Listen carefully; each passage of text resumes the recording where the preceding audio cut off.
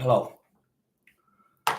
As you're sitting comfortably watching this, and I hope you're comfortable, there's one thing that it's more important than anything else for you because without it, you would be depressed, you couldn't get through the day, you couldn't function at your best or even at your worst.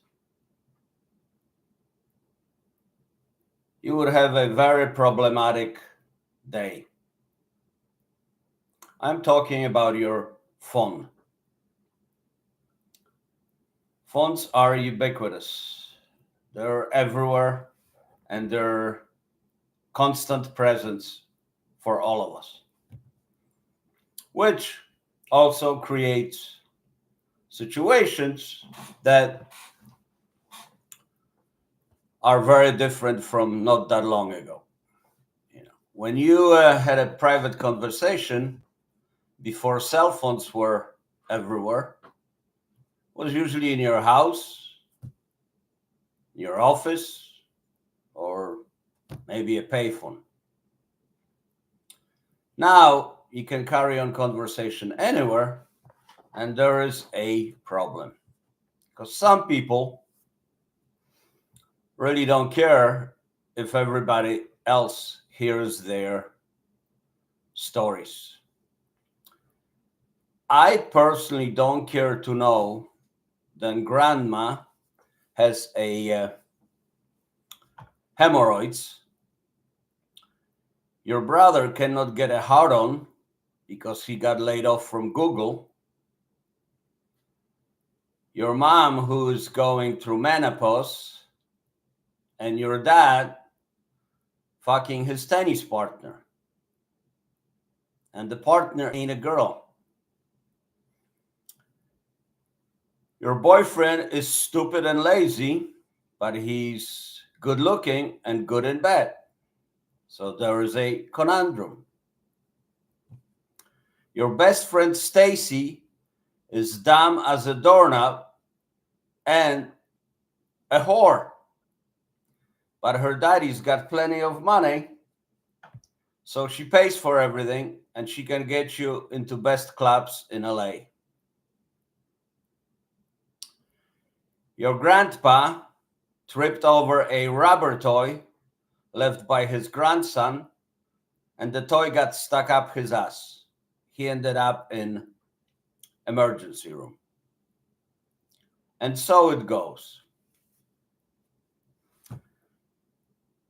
You can only see part of me because if you saw me on stage, you would understand what I'm talking about, but I will enlighten you. I never thought at this stage of my life or at this age this would happen to me, but it did. I went out months ago, went to the bar, met a good looking woman. We had a one night stand. Well, I got pregnant. I don't know how women do it. It's unbelievably taxing. I don't know how you can sleep on your back. Always uncomfortable. So in my bedroom, I installed gym ropes. They're attached to the ceiling so I can pick myself up. Then when I get up,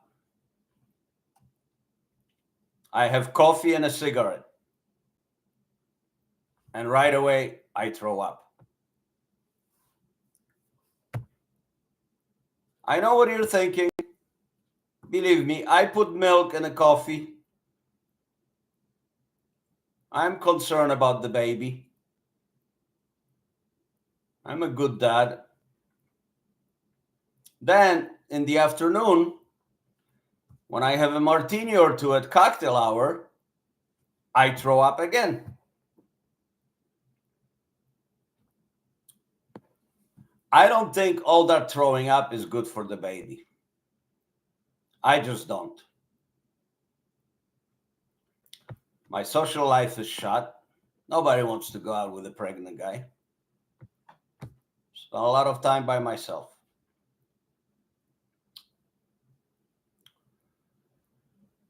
America, right now, it seems, have two hobbies. One of them is eating, and the other one is taking selfies. Actually, I should say that America is grazing. When you look at a dictionary, grazing is continuous feeding. That's what Americans are doing. 50% of the country is very fat. You're very fat, you can still function, slower pace, maybe you don't do certain things, but that's how it is. Actually, the word I should use is obese, medical term. When you're very fat, you're part of the society. When you're obese, you're dead in the water.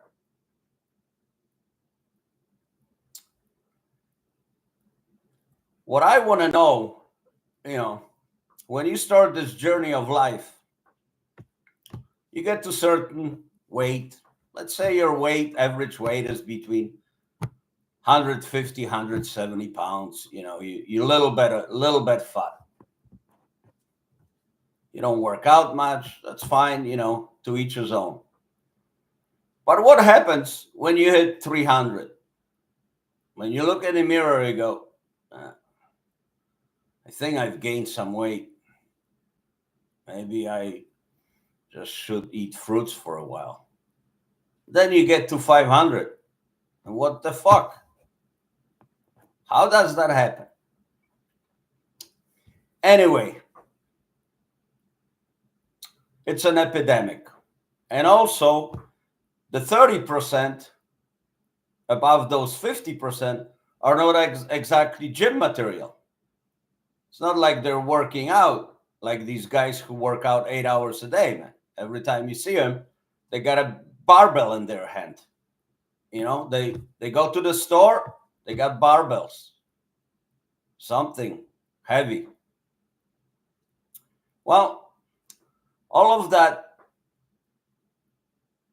physical situation of our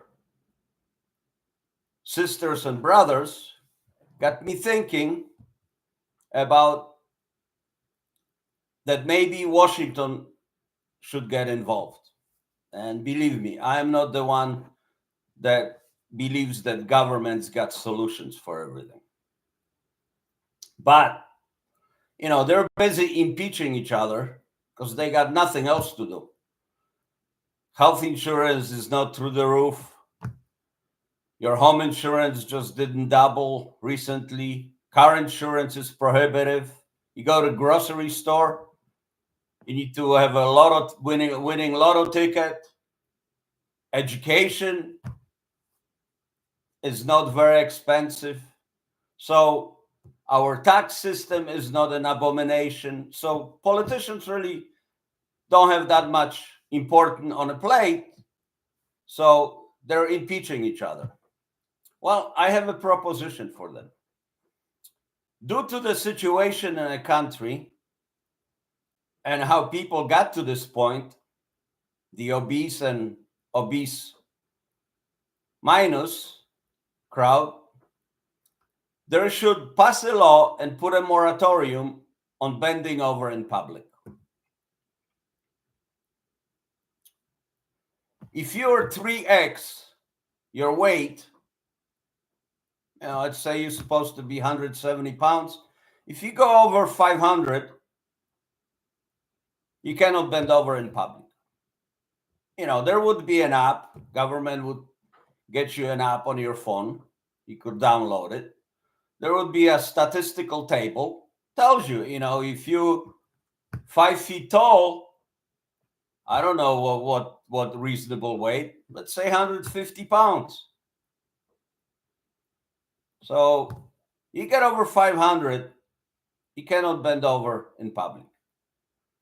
And this is taking under consideration how people dress these days, especially if you live in Florida, southern states. They don't wear clothes like people used to wear clothes. They put on these spandex underwear, barely covering anything. And they put this really tight top, put on flip-flops, and they think they're ready for the fucking world.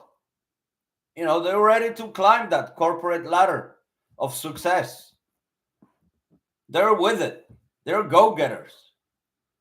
And they go out there and, you know, they walk around. Let's say their wallet falls. They got to bend over. Once in a while, you know, somebody might say, because they might not be able to bend over anymore. There's nobody to help them. Say, fuck it. I got no cash in the wallet. My credit card is maxed out. I'm not picking it up. So they keep going. But generally, people bend over. And especially in real public places. Like airports, Walmart. I mean, Walmart is notorious, man. Gas stations, malls, anywhere where there are a lot of people, the law would be observed. There would be inspectors walking around, and they give you a warning probably a couple times, and then you get a fine. You know, money would go to charity, of course, not to the government. There would be programs to help you lose a little weight, you know, financed by the fines that were collected. So I think I should propose that to our wonderful and caring politicians and see what happens. I mean, the other day, I was in a mall looking at strollers because of my condition. I have a double cheeseburger in one hand, have a giant diet soda. I'm watching my calories. And this person, boom, right in front of me, bent over. I mean, again, I threw up. All that throwing up cannot be good for the baby. You know, technology has basically exponentially advanced. I mean, the advances in technology are insane, and some of it is good, a lot of it is not, and you know, and it's getting at some point some things are getting ridiculous. So, you know, when you go on certain sites or you're doing transaction, you get these